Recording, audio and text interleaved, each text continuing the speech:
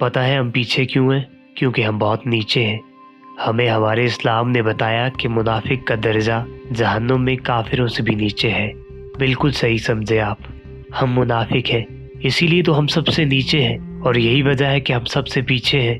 ہماری زندگیوں کو کسی بھی اینگل سے دیکھ لو، منافقت پائی جاتی ہے۔ ہم بنتے تو بہت اچھے ہیں لیکن ہم ہیں نہیں۔ ہم دکھنا تو بہت اچھا چاہتے ہیں پر ہم ہیں نہیں۔ ہمارے اندر منافقت کوٹ کوٹ کر بھری ہوئی ہے۔ ہماری زندگیوں میں منافقت سرایت کر چکی ہے، اور یہی وجہ ہے کہ ہم بہت پیچھے رہ چکے ہیں۔ نہ صرف پیچھے رہ چکے ہیں بلکہ بہت نیچے گر چکے ہیں۔ ہمارے اندر مخلصی نام تک کی نہیں رہی۔ ہمارے رویے اپنے پیاروں کے ساتھ بھی مخلصانہ نہیں ہے۔ ہم وہاں بھی منافقت کا سہارا لے کر اچھا بننے کی کوشش کرتے ہیں۔ زندگی کے ہر شعبہ میں ہم منافقت کا سہارا لے رہے ہیں۔ میں آپ لوگوں کے سامنے کون کون سی مثالیں رکھوں؟ ہم یونیورسٹی کے دوست آپس میں دوست نہیں ہیں۔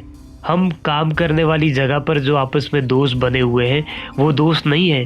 ہمارا جو ایک بہت ہی اچھا تعلق ہے، جو دکھنے میں بہت اچھا لگ رہا ہے، وہ صرف ایک منافقت کے سہارے اڑا ہوا ہے۔ ہمارے زندگی کے ہر شعبے میں یہی حالات ہیں۔ میں نے کہا نا کہ میں کون کون سی مثال دوں۔ ہم اپنی زندگیوں سے منافقت کو ختم کیوں نہیں کر دیتے؟ کیوں ایک اچھا بننے کا ڈھونگ رچا رکھا ہے ہم نے؟ اگر میں اچھا نہیں ہوں، میں برا ہوں، تو میں نے کیوں خواہ مخواہ کا ایک اچھا بننے کا ڈھونگ رچا رکھا ہے؟ کیوں نہ میں اندر سے ہی خود کو بہتر کر لوں، اندر سے ہی خود کو اچھا بنا لوں؟ کیوں میں اپنی زندگی کو منافقت کے سہارے لے کر چلتا ہوں؟ چاہے وہ میری درسگاہ کا کوئی استاد ہے، میں اس کے ساتھ اچھا رویہ صرف اس لیے رکھ رہا ہوں کہ وہ مجھے امتحانات میں کامیابی دلا سکتا ہے۔ کیوں میرا رویہ میرے باس کے ساتھ اچھا ہے؟ کیونکہ میں یہ سمجھتا ہوں کہ میری نوکری شاید اس کے ہاتھ میں ہے۔ پتہ ہے، میں آپ کو دو باتیں بتانے والا ہوں کہ اصل وجہ کیا ہے کہ ہم نے منافقت اختیار کیوں کر رکھی ہے، اور آخر میں یہ بتاؤں گا کہ ہم منافقت کو چھوڑ کیسے سکتے ہیں۔ ابھی آپ تک ہے کہ آپ لوگ میری باتوں پر عمل کریں گے یا نہیں۔ تو پہلی بات کہ ہم نے منافقت اختیار کیوں کر رکھی ہے، میں کچھ مثالوں سے واضح کرنے کی کوشش کروں گا۔ پتہ ہے ہم نے اپنی درسگاہوں میں اپنے استاد کے ساتھ اچھا رویہ کیوں اختیار کر رکھا ہے؟ کیونکہ میں یہ سمجھتا ہوں کہ میرا استاد مجھے امتحانات میں کامیابی دلا سکتا ہے، اور اسی طرح میرے باس کے ساتھ ایک اچھا رویہ کیوں ہے، خوش اسلوبی کے ساتھ میں اس کے ساتھ کیوں پیش آتا ہوں؟ کیونکہ میں یہ سمجھتا ہوں کہ میری نوکری اس کے ہاتھ میں ہے، میرا رزق اس کے ہاتھ میں ہے۔ صرف یہی نہیں، اور بہت سی مثالیں ہیں، کیونکہ ہم یہ سمجھتے ہیں کہ ہمارا مستقبل ان کے ہاتھ میں ہے۔ اسی لیے ہم نے اچھا بننے کا ڈھونگ رچا رکھا ہے۔ جس دن ہم یہ سمجھنے میں کامیاب ہو گئے کہ ہمارا مستقبل، ہمارا رزق، ہماری دنیا، ہماری آخرت کسی انسان کے ہاتھ میں نہیں ہے، تو تب ہم منافقت چھوڑ سکتے ہیں نا۔ کیونکہ تب ہمیں کسی چیز کا ڈر نہیں ہوگا کہ اگر میں نے ایسا کیا تو وہ انسان ایسا کر دے گا، اگر میں نے ایسا کیا تو کوئی دوسرا ایسا کر دے گا۔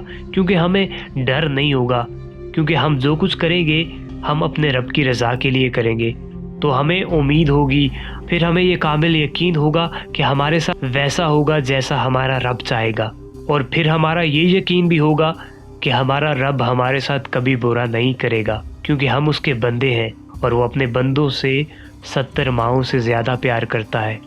اگر یہ کامل یقین ہمارے اندر پیدا ہو جائے تو پھر ہم منافقت کو چھوڑ سکتے ہیں۔ لیکن شاید ہماری امیدیں ان دنیا کے خداؤں سے ہیں، اسی لیے ہمارے اندر منافقت کوٹ کوٹ کر بھر چکی ہے، اور جب تک ہماری امیدیں ان کے ساتھ جڑی رہیں گی ہمارے اندر منافقت بڑھتی رہے گی۔ اپنی امیدیں صرف اپنے اللہ سے رکھیں، اپنے رب پر بھروسہ رکھیں، دنیا کی کوئی طاقت آپ کو توڑ نہیں سکتی۔ تو اس لیے منافقت کو چھوڑیں، اخلاص مخلصی کو اپنائیں۔